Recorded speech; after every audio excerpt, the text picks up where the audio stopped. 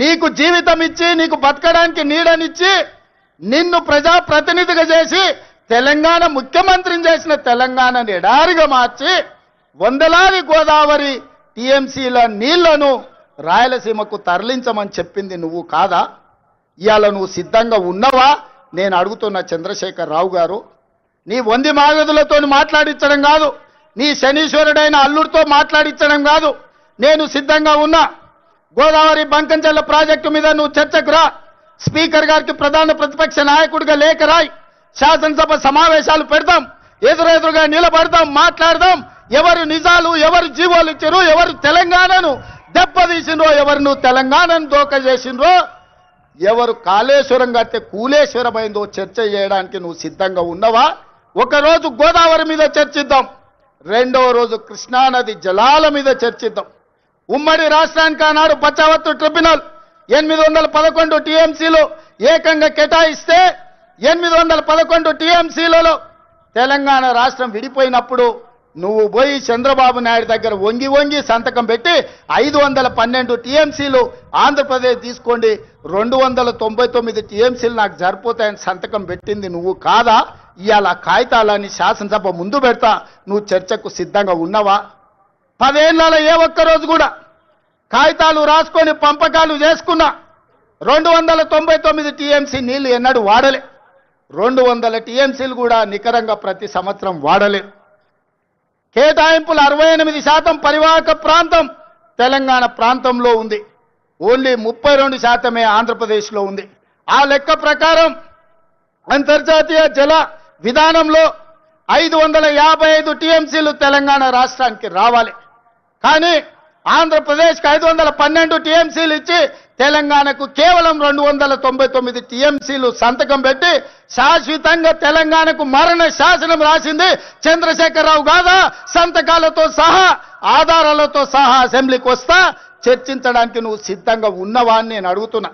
ఆనాడు నువ్వు ముఖ్యమంత్రి ఉన్నప్పుడే రాయలసీమలో ముచ్చుమరి కట్టింది చంద్రబాబు నాయుడు, నిజం కాదా? ఆనాడు నువ్వు అధికారంలో ఉన్నప్పుడే జగన్మోహన్ రెడ్డి ఇదే ప్రగతి భవన్ లో రాయలసీమ లిఫ్ట్ ఇరిగేషన్ కు జీవోలు ఇచ్చి టెండర్లు పిలిచింది, నిజం కాదా?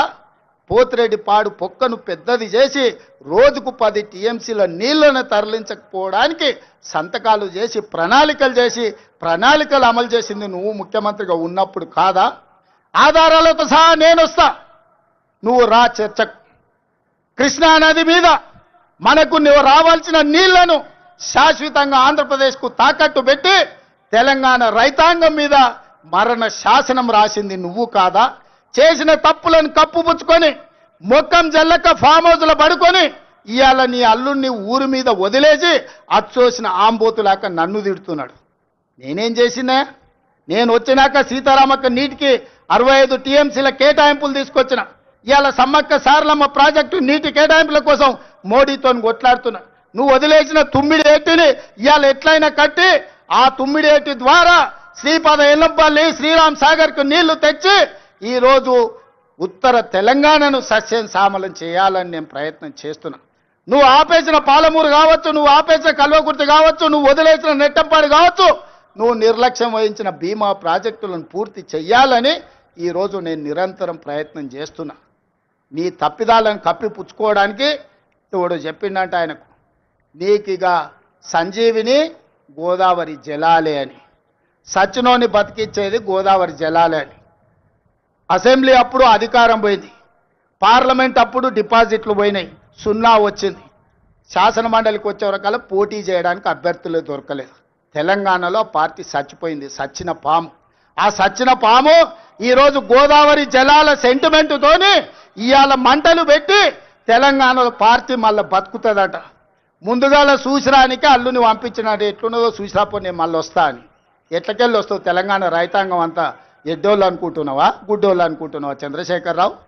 అందుకే ఇవాళ తెలంగాణ రైతాంగం పక్షాన నేను ఈరోజు ఆనాటి ముఖ్యమంత్రికి ఈరోజు నేను సవాలు విసురుతున్నా. మీరు స్పీకర్ గారికి లేఖ రాయండి, శాసనసభ సమావేశాలను ఏర్పాటు చేద్దాం. గోదావరి జలాల మీద ఒకరోజు, కృష్ణానది జలాల మీద ఒకరోజు చర్చ పెడదాం. గోదావరి జలాలను తరలించకపోమన్నది ఎవరు? రాయలసీమను రతనాల సీమ చేస్తానది ఎవరు? ఈ రోజు సంపూర్ణంగా చర్చలు చేద్దాం.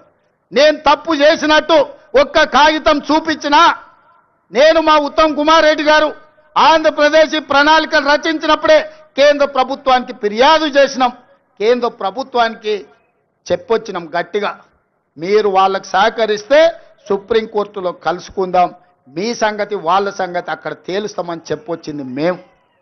మా చిత్తశుద్ధిని నువ్వా ప్రశ్నించేది? 10 ఏళ్ళు ఈ రాష్ట్రాన్ని దోసుకొని తెలంగాణ ఎడారిగా మార్చి ప్రాజెక్టులన్నిటిని పడావు పెట్టి ఈ రోజు నువ్వు ఫామ్ హౌస్లో పడుకున్న నువ్వు ఈ ప్రజా ప్రభుత్వాన్ని నిందిస్తావా?